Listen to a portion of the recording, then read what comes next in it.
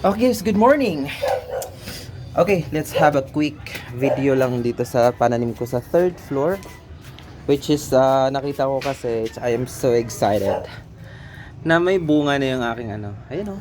Which is yan siya dyan. Dyan ko lang siya tinanim or nilipat sa planggana. Which is nandito sa rooftop. Kita nyo rooftop.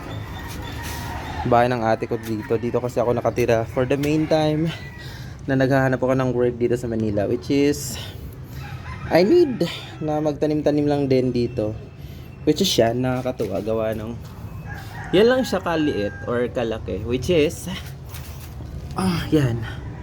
Ngayon lang ako nakapagtanim ng pipino na yung parang every dahon meron siyang meron siyang bunga, yan and hopefully magtutuloy-tuloy yan siya. Which is dito kasi sa una. Yan. Tumuloy na siya. Yan, sigurado na ako natutuloy na yun kasi malaki na. Which is, sumusunod-sunod na rin naman na may mga maliliit na bunga. Yan. Dito naman, meron akong pechay. Yan. Which is, nandito din yan sa mga gilid. Ayan. Which is, yan siya. So, hindi siya masyadong tinutuloy-tuloy ko lang siya rito gawa nung si ate. Meron kasi siyang mga sibuyas dahon dito.